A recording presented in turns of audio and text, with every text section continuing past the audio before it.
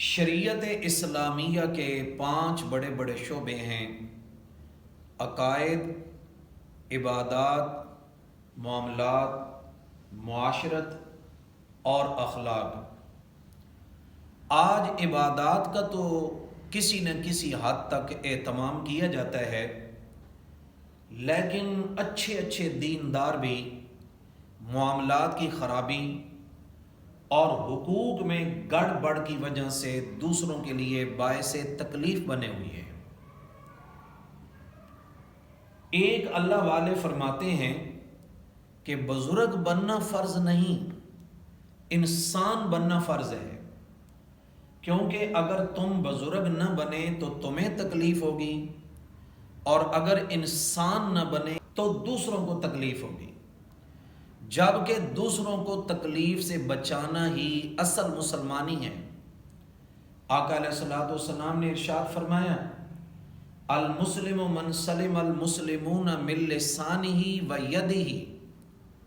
مسلمان وہ ہے کہ جس کے ہاتھ اور زبان سے دوسرے مسلمان محفوظ رہیں۔ سامعین محترم، معاملات میں گڑبڑ کر کے مخلوق کو تو دھوکہ دیا جا سکتا ہے، لیکن خالق کو نہیں۔ سید سلمان ندوی رحمۃ اللہ علیہ کا ایک بڑا مشہور شعر ہے، فرماتے ہیں کہ ہم ایسے رہے یا کہ ویسے رہے، وہاں دیکھنا ہے کہ کیسے رہے۔ اور جن لوگوں کو معاملات کی فکر ہوتی ہے وہ دنیا میں کسی کا حق نہ کھاتے ہیں اور نہ اپنی زبان اور اپنے ہاتھ سے کسی کو تکلیف پہنچاتے ہیں، اور معاملات کی خرابی اگر معمولی بھی ہو تو آخرت میں انسان کے لیے وہ ایک بڑے خسارے کا باعث ہوگی۔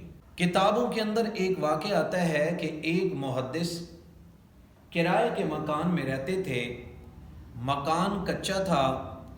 ایک بار جب حدیثیں لکھتے ہوئے ورق پلٹنے کی نوبت آئی تو سیاہی خشک نہ ہوئی تھی۔ اس زمانے کے اندر سیاہی چوس یا چاک وغیرہ تو ہوتے نہیں تھے، اس لیے گیلی سیاہی پر مٹی ڈال کر اس کو خشک کرتے تھے۔ چنانچہ محدث نے مکان کی کچی دیوار سے مٹی کھرچ کر سیاہی پر ڈالنا چاہی، لیکن فوراً دل میں خیال آیا کہ یہ مکان تو کرائے کا ہے، بغیر مالک مکان کی اجازت سے یہ تھوڑی سی مٹی بھی میں کھرچ نہیں سکتا۔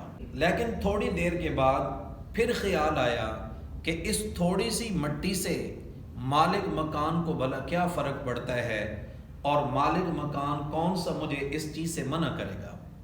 چنانچہ تھوڑی سی مٹی دیوار سے کھرچ کر کاغذ کے اوپر ڈال دی۔ سامعین محترم، یہاں پر ذرا سوچیں کہ وہ مٹی بھی کس چیز کے اوپر ڈال رہے ہیں؟ جو حدیثیں لکھی ہیں ان کو خشک کرنے کے لیے کتنا نیکی کا کام کر رہے ہیں، اور کتنی لوگوں کے لیے آسانی اور دین کی کتنی بڑی خدمت کر رہے ہیں۔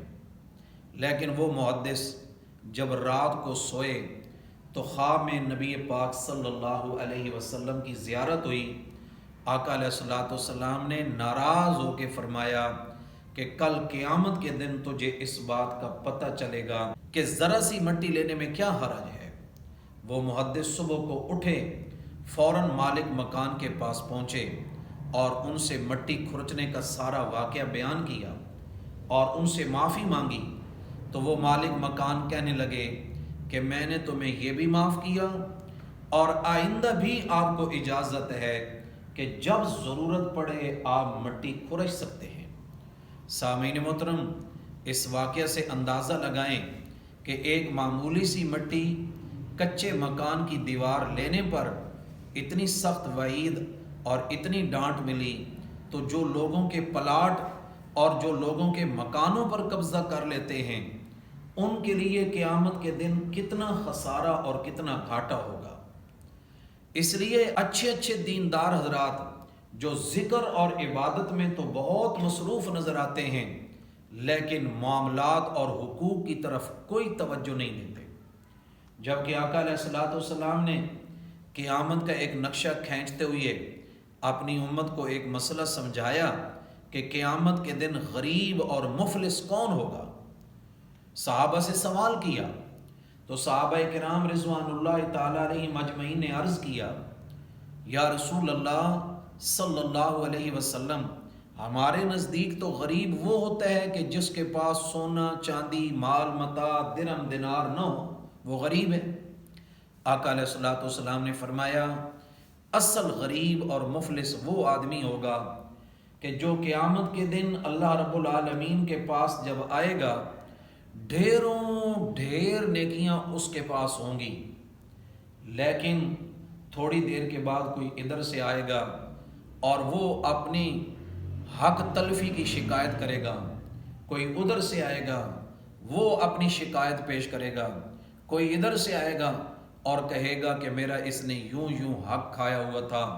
چنانچہ اس کا جتنا نماز روزہ صدقہ خیرات حج عمرہ جتنی بھی اس کی نیکیاں ہوں گی، وہ لوگوں کی حق تلفی کی وجہ سے ان میں تقسیم کر دی جائے گی، لیکن وہ ساری نیکیاں تقسیم کرنے کے باوجود ابھی حق لینے والے لوگ باقی ہوں گے۔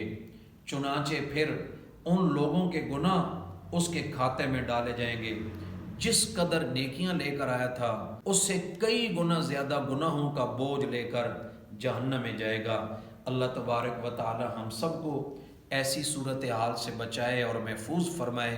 ہمیں چاہیے کہ ہم عبادات کے ساتھ ساتھ معاملات کے اوپر بھی نظر رکھیں اور نہ اپنے ہاتھ سے کسی کو تکلیف دیں، نہ زبان سے کسی کو تکلیف دیں، نہ کسی کا حق کھانے کی کوشش کریں۔